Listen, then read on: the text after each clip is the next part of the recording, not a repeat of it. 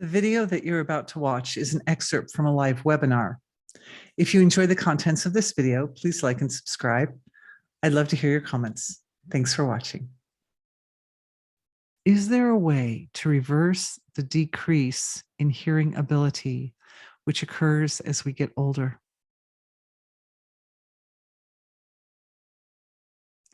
Yes, there's always a way to use energy healing to heal these things. So one thing is you can use your hand chakras. And of course, you're going to want to put some pillows because it's quite tiring to have or maybe lay down and put pillows. I don't know, but you want to put the hands out here a little bit separate from the ears and just allow the awareness that comes through the hand chakras to go into the ears.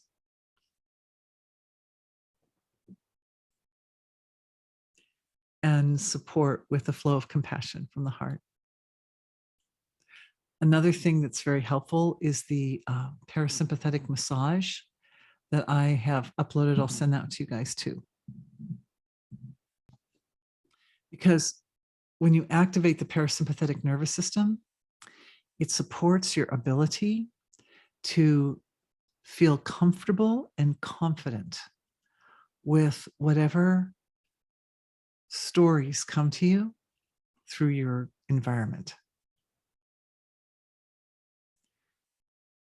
I think that the loss of hearing comes from feeling unsafe with information. Fear of, it's a vata thing, right? This is space. Sound is all about space. So it's that tends to, and that could come to our next question as well, which is the healing for fear. But yeah, some fear that the information that's coming is going to affect or influence my nervous system in a way that will be painful or uncomfortable or damaging, something like that. That I don't have the resources, that thought, I don't have the resources to deal with this. Like, I don't want to hear it because there's nothing I can do about it. Something like that.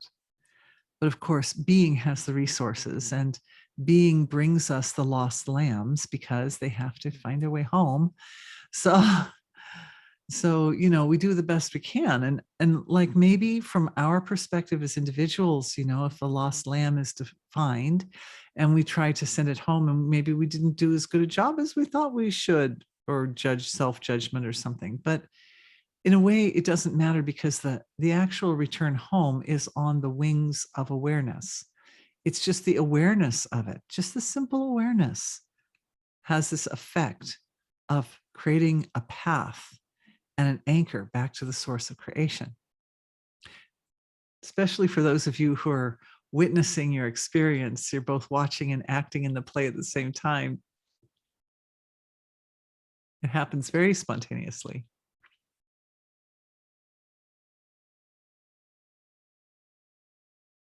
The space element is vast.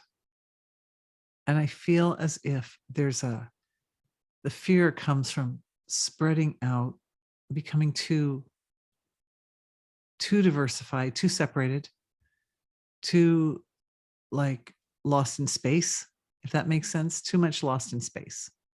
So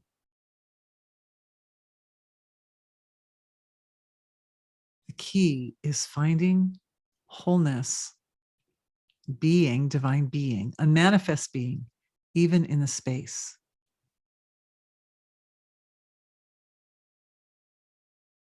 So that's being offered again, like a kind of download. It's a download. That how do we find the divine, even in the gaps,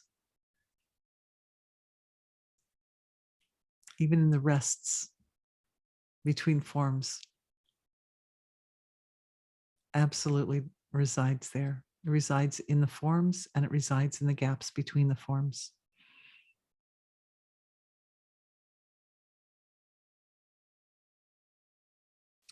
With hearing loss, sometimes there can be actual physical tissue damage. And so the intelligence of the ears and of the hearing apparatus and the connections between the ears and hearing and the parts of the brain that are responsible for processing that experience, all those neural connections. You see, the same part of the brain that processes sound also processes memory. Like it's called the temporal cortex, and the lower part of the temporal cortex processes memory, and the upper part processes sound. And the memory apparatus is also very uniquely and closely connected to the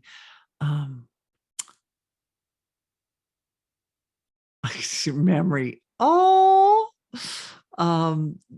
The pain center in the head. It starts with an A.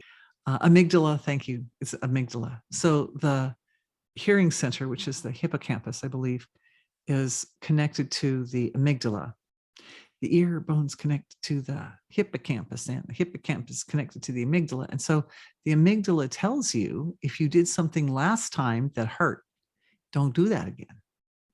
And there's part of the actual wiring of the brain, the way we're set up, is that there's a sort of connection between the hearing and memory, and then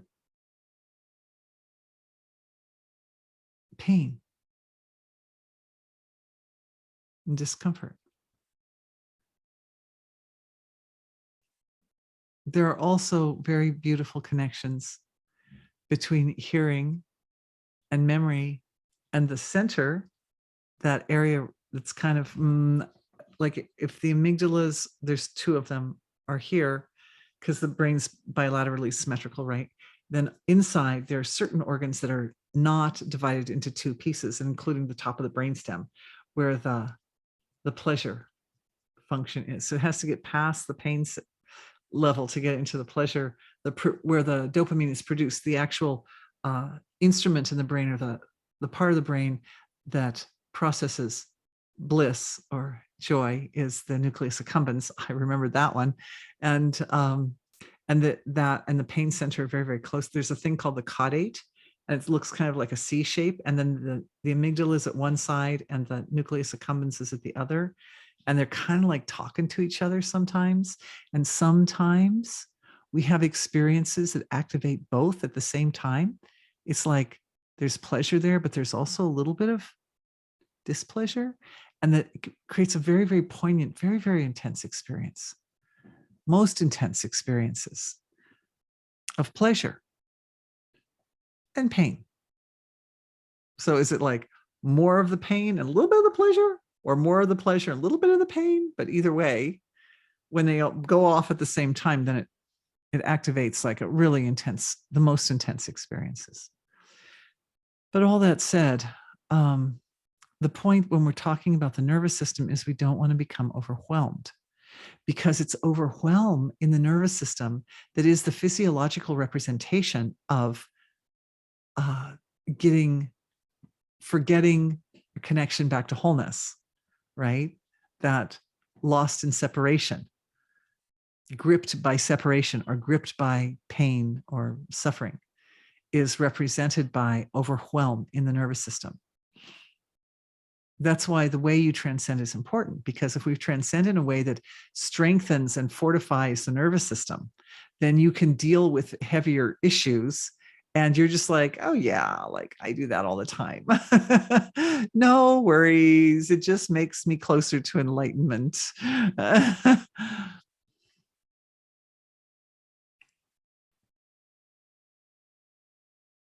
So bringing in the bliss.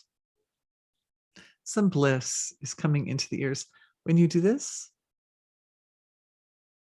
the flavor is bliss. The flavor is bliss for the ears and the hearing. It comes right up from the heart area. It's very sweet. It's like the compassion, and it shifts as it goes up and it turns into bliss.